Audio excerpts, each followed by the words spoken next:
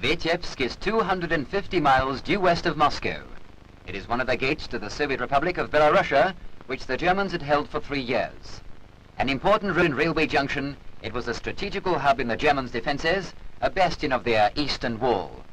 The Red Army's offensive of the winter and spring of 1943-44 had eaten away this heavily fortified zone and left Vitebsk enclosed in a horseshoe. The German command was determined to hold this key point and assigned 10 picked divisions for its defense.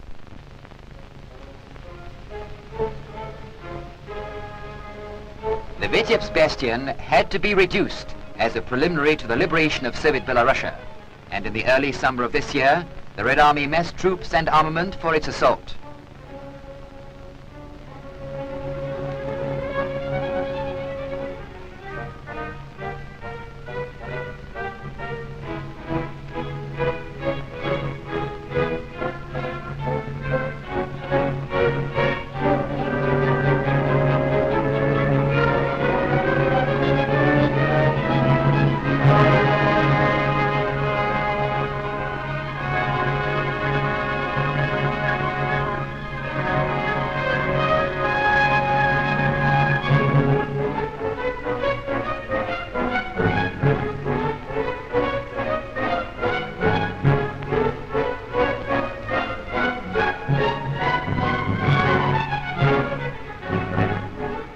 The operation was carried out by the 3rd Belarusian Army, commanded by General Chernyakhovsky, and the 1st Belarusian Army, commanded by General Bagration. Their task was to break through this heavily fortified zone, extending to a great depth, surround and annihilate the German forces holding it, and recover the city of Vitebsk. June the 23rd, at 1 in the same hour, from the south and the northwest, the Soviet batteries launched a fiery inferno at the Germans' positions.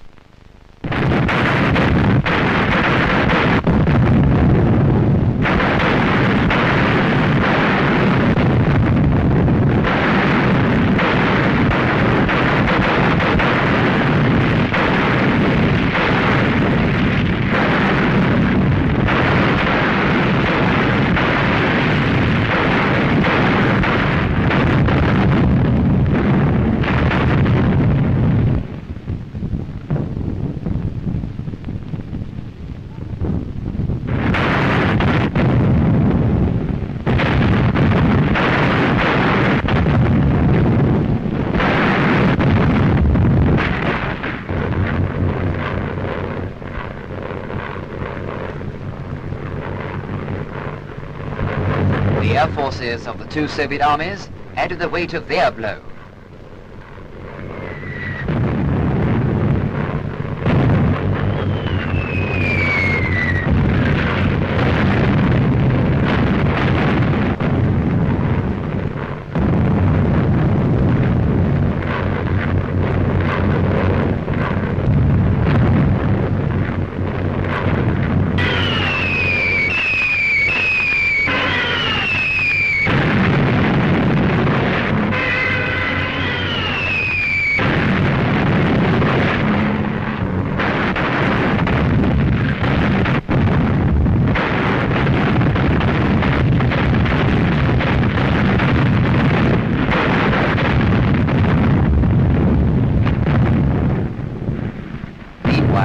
The infantry waited, taut and tense, to take their part in the action.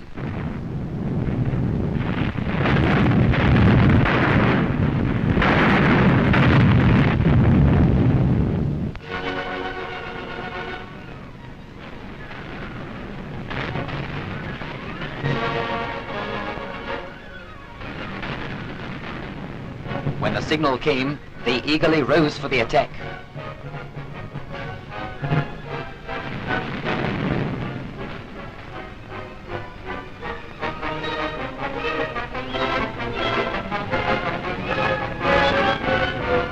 Soviet tanks sped forward to pour into the breaches blasted in the Germans' defences by artillery and aircraft.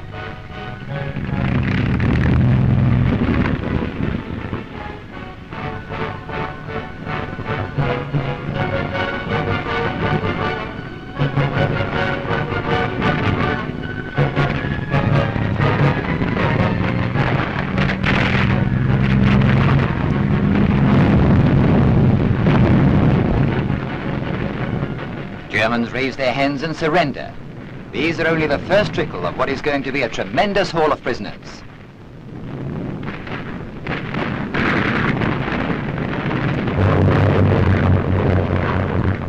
Stormoviks supported the advance of tanks and infantry. Flying at low level, they poured a deadly fire into the Germans' battle order.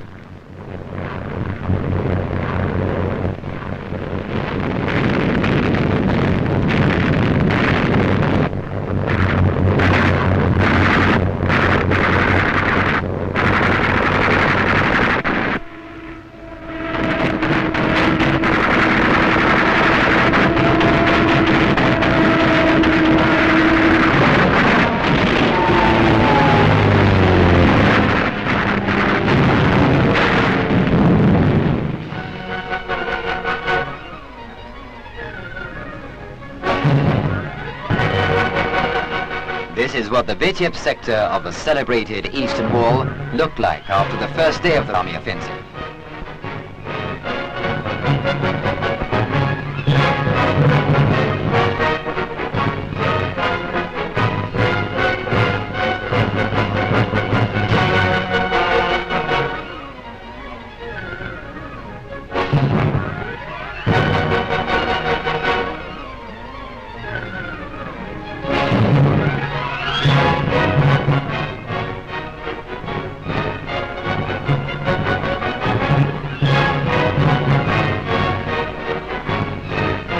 The avalanche swept on, liberating mile after mile of Belarusian territory. The black night of German occupation that hung over Belorussia for 3 years came to an end.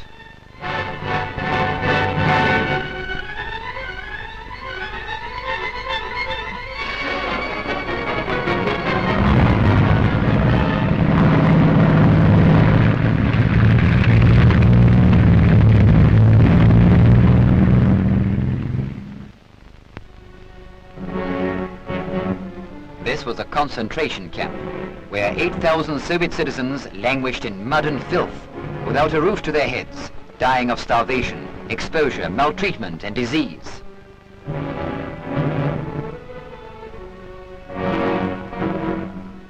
The Germans, before their flight, began shooting the surviving prisoners. The Red Army's swift advance saved these people from certain doom.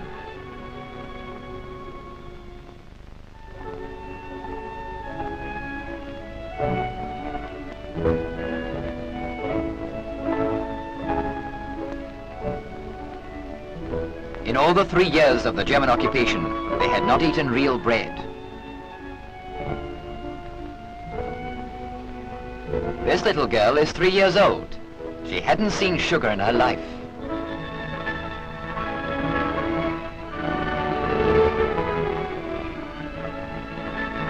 The Moscow newspaper is eagerly devouring for news of their Soviet homeland. The liberated captives set out to return to their homes from they were torn by the German. Never will the Belarusians forget the crimes of the Nazis, and never will they...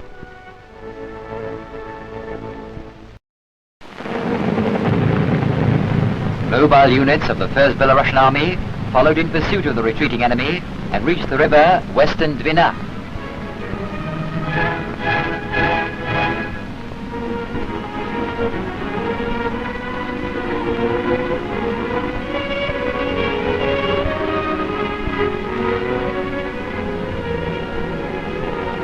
The river was forced with all the Russian soldiers' boldness, impetuosity, and resourcefulness.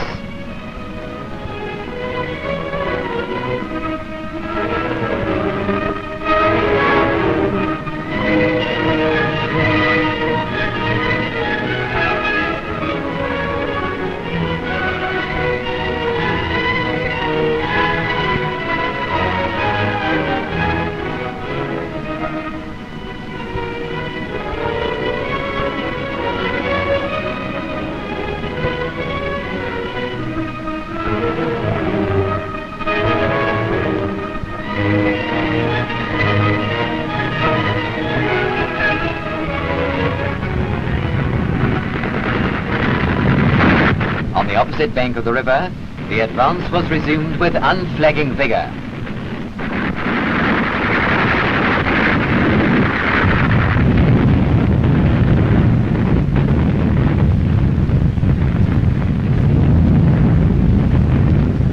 So long, comrade. Hope to see you back in the ranks soon.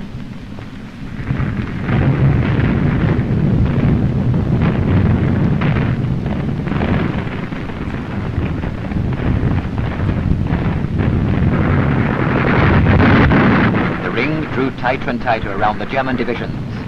General Chernyakhovsky's troops broke through the German defenses south of Vitebsk and pushed forward to join forces with General Bagramyan's army. The artillery blasted roads for the infantry.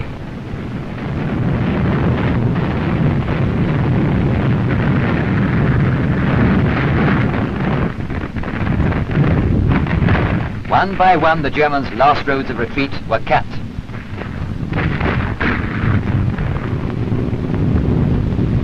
To the Germans' fortified zone, northwest and south of Vitebsk.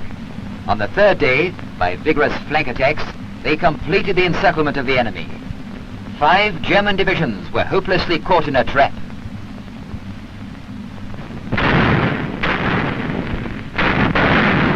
Pressing hard on the enemy's heels and not allowing him a moment's respite, the Soviet troops forced their way into the outskirts of Vitebsk.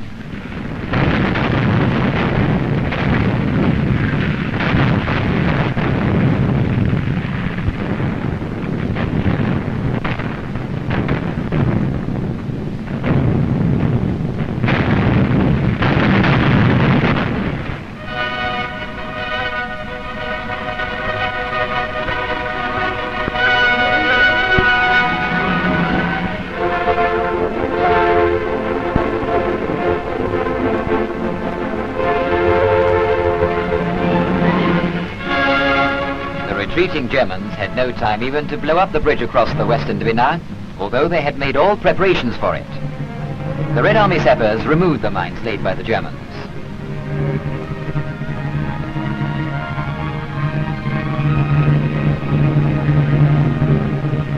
After a battle which lasted 12 hours, Vitebsk, one of the main bastions of the Germans' eastern wall, fell to the Red Army.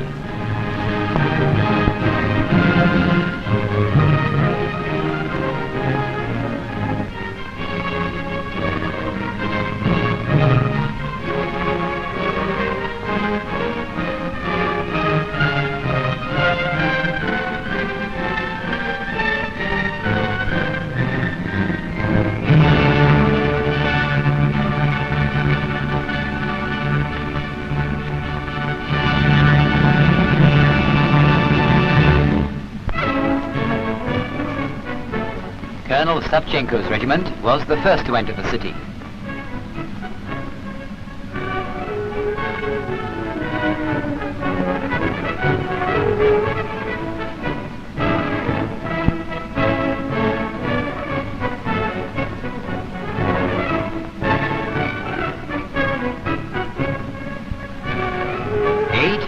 Survivors were all that was left of Vitebsk's population of over 100,000.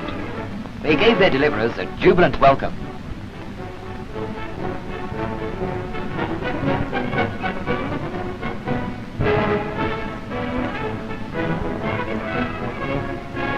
Sergeant Platonov, who entered the city with his regiment, found his family, whom he hadn't seen since the outbreak of the war.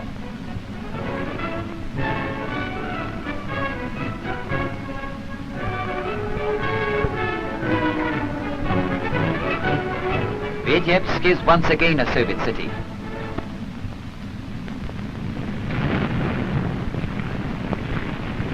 Southwest of Vitebsk, the Red Army proceeded to mop up the remnants of the surrounded German divisions.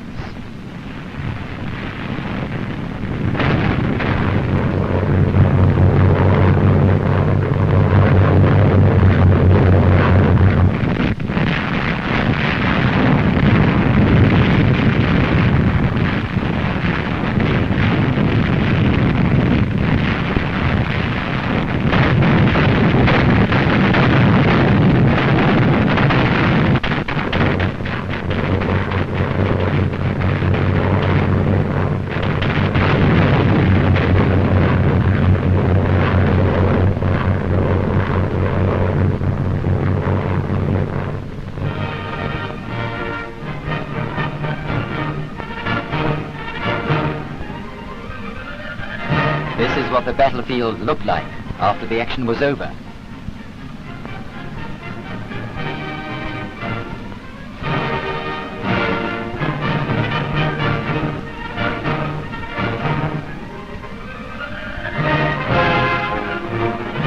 Over 20,000 Germans lay down their lives here.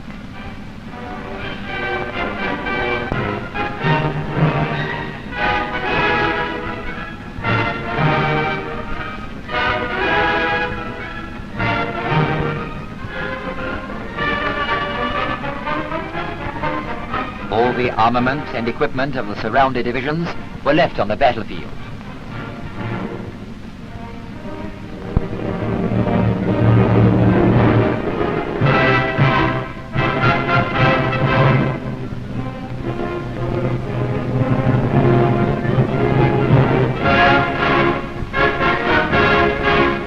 A typical scene on the roads where the Germans entrapped near Vitebsk were annihilated.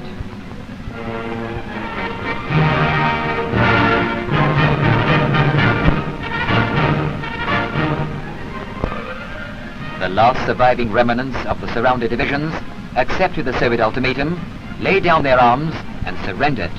Over 10,000 officers and men were taken prisoner.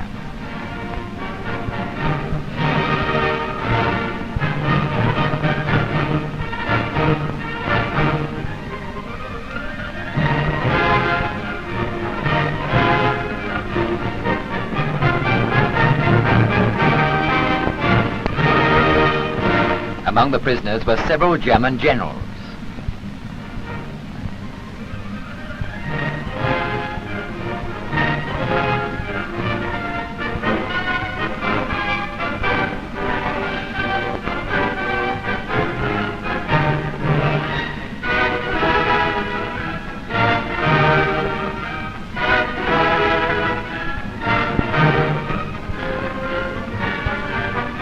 Lieutenant General Ludnikov of the Red Army interrogates. General Golwitzer, commander of the German 58th Army Corps. And Colonel Schmidt, his chief of staff.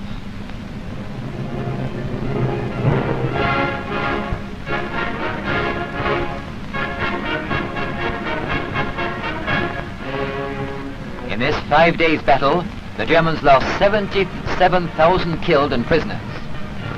Such was the inglorious end of the army, which German propaganda boastfully called the Shield of the Baltic.